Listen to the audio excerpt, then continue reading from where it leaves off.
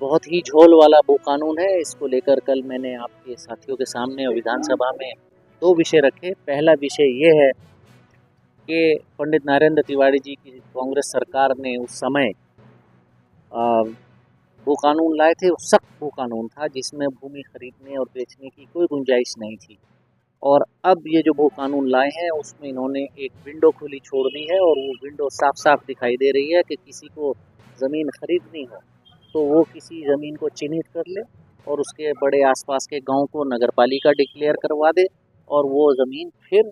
ZALR से धार हो जाएगी, ज़मींदार को खरीद फरोख्त की श्रेणी में आ जाएगी। या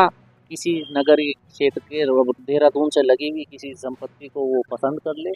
और पसंद करने के बाद सरकार को सूचना दे दे कि भाई हमें ये पसंद आ गई। अब वो आहिस्तगी से सरकार उसको साल 6 महीने में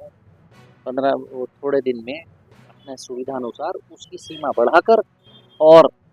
वो उसको उस परिधि से बाहर निकाल देगी जो पाबंदी की परिधि है। तो ये विषय इतना गंभीर है कि अभी लोग उसको ध्यान नहीं दे रहे हैं, लेकिन ये छोटे छोटे इन्वेस्टर्स जो हैं उनको तो ये रोक सकता है कानून, लेकिन जब कोई बड़ा इन्वेस्टर आएगा वो जहाँ उसको ज़मीन लेनी होगी वहाँ वो ज़मीन लेने की विंडो उसके लिए खुली है और इसका मिसयूज़ आज नहीं तो कल देखेगा, धीरे धीरे होगा। हमने चाहा था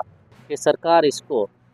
परवर समिति को सौंप दे भू अध्यादेश को, ताकि परवर समिति फिर इस पे गहन चिंतन करके जो उसमें विंडो खुली रह गई उसको बंद करें। एक उत्तराखंड में बार बार एक शब्द का प्रयोग होता है भूमाफिया।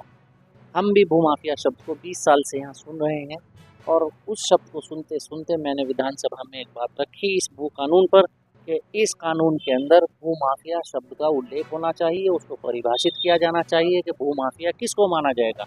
और भूमाफिया शब्द को परिभाषित करने के बाद किसी व्यक्ति को अगर भूमाफिया के रूप में चिन्हित किया गया तो उसके खिलाफ कानूनी कार्रवाई हो, और वो कानूनी कार्रवाई क्या हो वो भी इस कानून में कल जो पारित हुआ उसमें होना चाहिए, ताकि लोग, अब माननीय मुख्यमंत्री जी के भाषण में भी भूमाफिया शब्द का प्रयोग किया गया और सामान्य जनता के ज़बान पर भी भूमाफिया शब्द होता है। तो जब हम किसी को भूमाफिया कहते हैं उसकी कोई परिभाषा तो होनी चाहिए कि ये व्यक्ति भूमाफिया है और इसके विरुद्ध इस नियम और इस धारा के तहत कार्रवाई होगी। तो कब तक हम किसी वैसी हवा में तीर चलाते रहेंगे, भूमाफिया शब्द का प्रयोग करते रहेंगे? तो भूमाफिया शब्द का परिभाषित ना किया जाना भी इस भूमि अध्यादेश की कल की नाकामयाबी है।